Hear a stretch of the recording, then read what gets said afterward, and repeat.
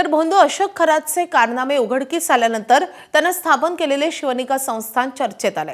दरम्यान या शिवनिका संस्थानचे माजी विश्वस्त नितीन गांगुर्डे यांच्याशी एबीपी माझानं बातचीत केली आहे। अशोक खरातच्या कारनाम्यांसंदर्भात कुठलीच माहिती नव्हती। ट्रस्टच्या बैठकीत फक्त विकास कामं आणि संस्थांच्या कामाची चर्चा होत होती।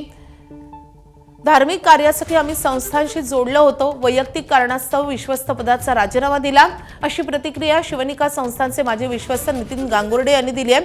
पोलिसांनी चौकशीसाठी बोलावलं तर सहकार्य करणार असल्याचे त्यांनी स्पष्ट केलंय। त्यांच्याशी बातचीत केली आमचे प्रतिनिधी मुकुल कुलकर्णी यांनी। तुम्ही विश्वस्त होतात मात्र राजीनामा का दिला? साधारणतः मी 7 वर्षापासून ट्रस्टवर नाही आणि मी माझा राजीनामा दिला होता। त्याचे महत्त्वाचे कारण म्हणजे मी जॉब सुरू केला होता आणि घरामध्ये आईवडिलांची तब्येत बरी राहत नसल्याने त्यांच्याकडे देखभाल करायलाही कोणी नव्हते आणि थोडं दिंडोरीपासून मला ते अंतर लांब असायचं। थोडं नियमित कार्यक्रमाला जाणं शक्य नव्हतं आणि त्यामुळे मग त्यामुळे मी स्वतःहून सर्वांना सांगून घरातील आईवडिलांच्या तब्येतीचे सर्वांना कारण सांगून त्यांनाही सर्वांना माहीत होतं, त्याच्यामुळे माझा राजीनामा सर्वांना विश्वासात घेऊन दिला होता। तुमची आणि अशोक खरातची ओळख कशी झाली आणि तुम्हाला का वाटलं की तिथे तुम्ही विश्वस्त झाले पाहिजे?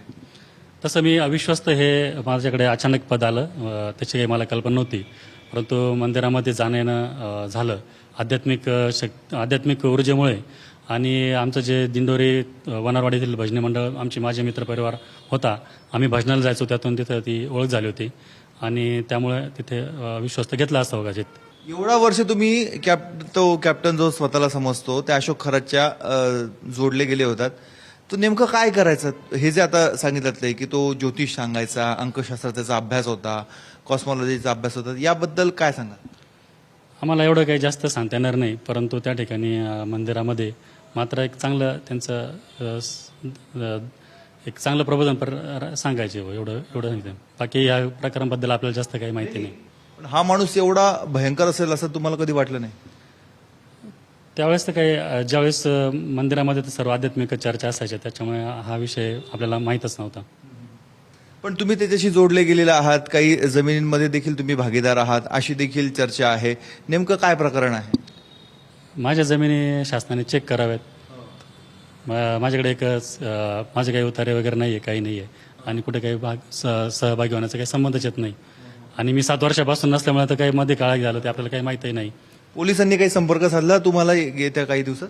नाही, काही संपर्क साधला नाही, पण मग त्यांनी काही विषयात आपण जे आहे ते सहकार्य करू। आपल्याला काही त्याच्यात 7 वर्षापूर्वीचं काय आणि आताचं काय याच्यात आपल्याला फार मोठा फरक वाटतोय, जे आम्ही वाचतोय ते। एसआयटीने जर समजा तुम्हाला बोलवलं चौकशीसाठी तर तुम्ही जाणार? नक्कीच सहकार्य करणार। हो, एसआयटीने जर त्यांना चौकशीसाठी बोलवलं तर ते चौकशीला जाणार आणि सर्व प्रश्नांची उत्तर देणार, सहकार्य करणार, असं सध्या ते आपल्याला सांगतायत। कॅमेरामॅन किरण कटारेसह मुकुल कुलकर्णी, एबीपी माझा, नाशिक। एबीपी माझा, उघडा डोळे बघा नीट।